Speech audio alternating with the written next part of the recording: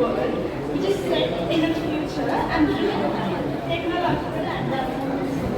This scope involves genetical manipulation, in which people are conditioned from birth to accept their role. In the case, this scope is set in the future. It has so much technological advancements. So technologically advanced from our world that birth is not naturally induced. Birth is artificially done and babies are created artificially in labs. That's what means that conditioned from birth to accept their roles. A pleasure-inducing drug called Soma is produced by the government and is used on all the people, and they are supposed to take this drug on a daily basis. This drug keeps them artificially happy. Through this drug, they are not allowed to feel any sadness or anxiety. The only thing they can feel is happiness. This novel questions the cause of progress. Throughout this presentation, we are going to be seeing the consequences of the progress that this world is going through. Since this world is so technologically advanced, it is emotionally backward in some basic which people's emotions are distorted. And in this presentation, we will also be facing philosophical inquiry about totalitarianism. Totalitarianism is a government in which people are oppressed by the government. Government has complete control over the people, personal and public. In this, even though the totalitarianism is mostly always in cases in which people know they are being oppressed. Like people actually are sad that they are being oppressed, they fight against the government. But in this novel, totalitarianism is described in a different way. People don't realize that they are being oppressed because they are given this drug Soma which keeps them happy and utilized. And the loss of human connection in the pursuit of efficiency and pleasure is discussed throughout the novel through the major 6 themes. So we're going to see a summary of the novel. Introduce the main characters. Bernard, Max, Lenina, Brown and John are the 3 main characters of the novel. Bernard, Max and Lenina Brown belong to this society, a futuristic society I'm talking about, whereas John is a man who doesn't belong. The futuristic society is set in a place called the World State. And the other place in the book is Savage Reservation. Savage Reservation is a place that is similar to our world. Our world as the world in 1932. So there's no technology. But in this world state, the technology is so advanced. So here, the 2 main characters, Bernard, Mark and Lenina Brown, are people living in the world state who are conditioned to accept their fate. But they are not able to accept it. They question what they are doing. They question about the things that they take, the drugs that they are told to take, and the paths that are induced. So these 2 people, they go on a trip and they go visit the Savage Reservation. John is a man that they meet in this Savage Reservation. So John, hearing about this world, is intrigued, just like we are intrigued about the world state. So when John visits the world state, he experiences these new things. He sees all these new things happening, and at first he's very interested in it. And so many technological advancements happening, and it makes so interesting, so scientifically developed. But then later, he's not able to connect with the world, and the people there are soulless. They say soulless too because they are not connected or emotionally connected with each other. The only thing that they do is robotic. They do their functions every day. They're happy every day, but they're meaninglessly happy. So John is intrigued about it, but this book leads to a tragic ending because people there are not able to approach their system because they don't even realize they're being oppressed. And John is not able to do anything about it because of the drugs Soma being used. And people leave their internet trouble. So now we're going to be seeing 6 major themes of the novel. Each of it explained by one of us, so to help you understand the novel better. Now Suchitha will be explaining the first theme, control and aggression.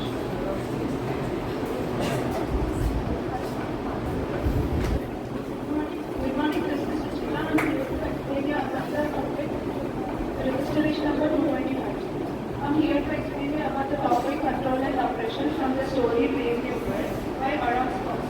In the Brave New World, the government achieves their ability by controlling every aspect of the citizens' lives.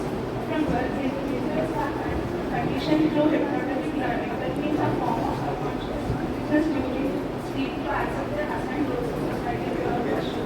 This psychological manipulation ensures that people conform and do not challenge the authority. One of the most significant uses of control is soma, and that suppresses negative emotions and keeps people in a state of artificial happiness.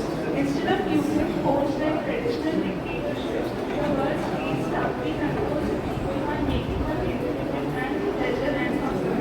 This kind of control is more ambitious because it feels like freedom. People believe they are happy, but they have no true autonomy. Thank you.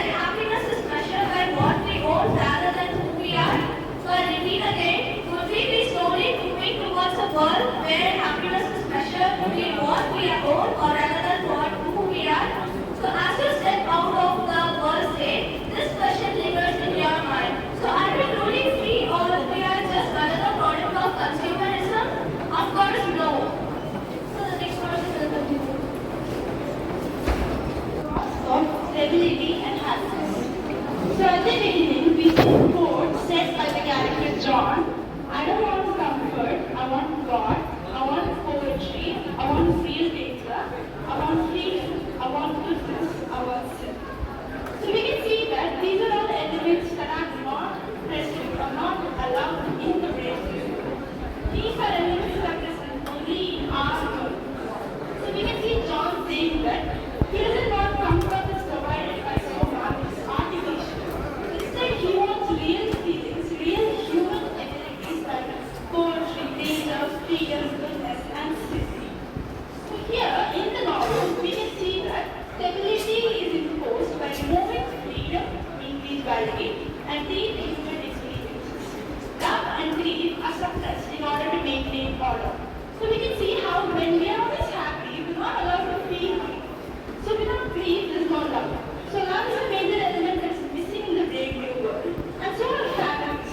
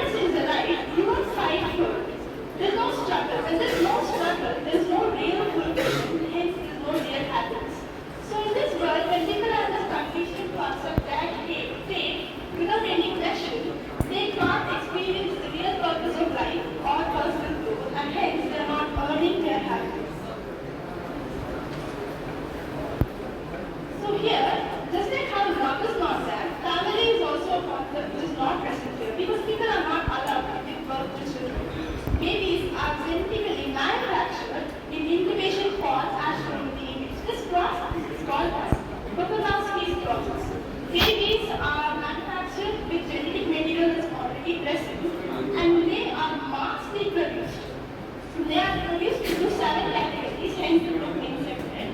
There are seven castes present in this world, into which the babies are manufactured. It is totally by the government.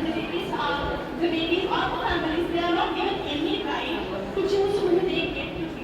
And their growth is scientifically monitored and controlled as they are born with a predefined caste. So this is how stability is maintained with no meaningful connections or real relationships. They are engineered to be content with their caste, content with their lives, but not with their life. And they have no choice or aspiration. People here are happy, but they are baselessly happy. They are not truly happy and they don't experience any real human experience. So moving on. Good morning, I'm Jyotina. I'm from the Professor about loss of equality and act. So in general, the ultimate goal of our society is to create which is free from pain, suffering and conflict. No individuality, need emotions and intellectual freedom are involved in this problem. Artificially happy and their happiness being just shallow. They are deeply lost. The government also imposes the people to take or trust also, which reduces happiness artificially, and by this the people remain so happy daily artificially. There is no lack of personal struggle or growth, which reduces the happiness very artificially. There is no true happiness which exists without hardship. Happiness is meaningless, which is artificially induced. They never experience true love, joy, or personal triumph because they never face any real challenges or realized struggles. Without struggles or personal experiences, there is no happiness and human fulfillment.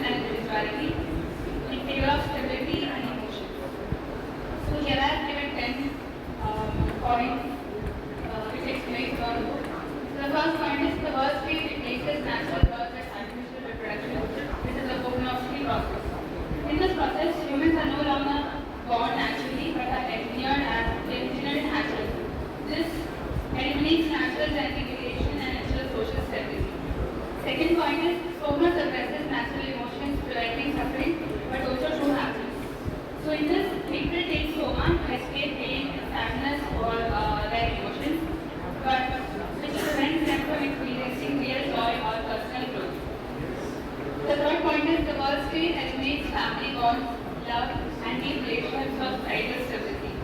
This means parents, siblings, and deep romantic relationships are seen as dangerous as they create personal attachments and can disrupt social order. The fourth point is nature's view as primitive. People are conditioned to the artificial environment. From their childhood, people are conditioned to dislike nature, but enjoy sports that require expressive equipment, promoting consumerism. The fifth point is John the Savage represents natural human experiences, contrasting to the controlled side. So John is a character in the Brave New World who is outside the world, outside the world state, who values love, pain, art, and religion.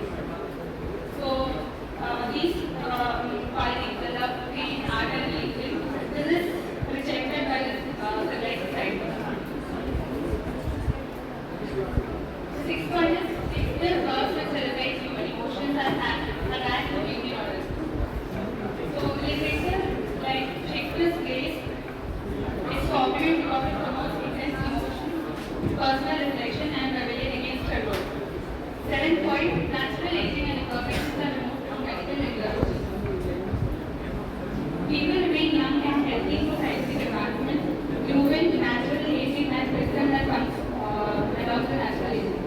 Eighth point, the world state sees suffering as unnecessary, but John believes struggles need life meaning. So according to the fifth point that I've already explained, John is outside the world state and he argues that pain, failure, and hardship are essential for growth. But the world stage removes all the struggles. Next point, technological control over life eliminates free will and personal growth. So scientific progress ensures predictability and order, but all these advancements in science makes us having no longer freedom to choose ourselves and have choices of things and failures. Last point is nature is associated with chaos, while progress prioritizes stability and uniformity. The natural world is unpredictable, while the world state controls predictability and efficiency at the cost of individualism.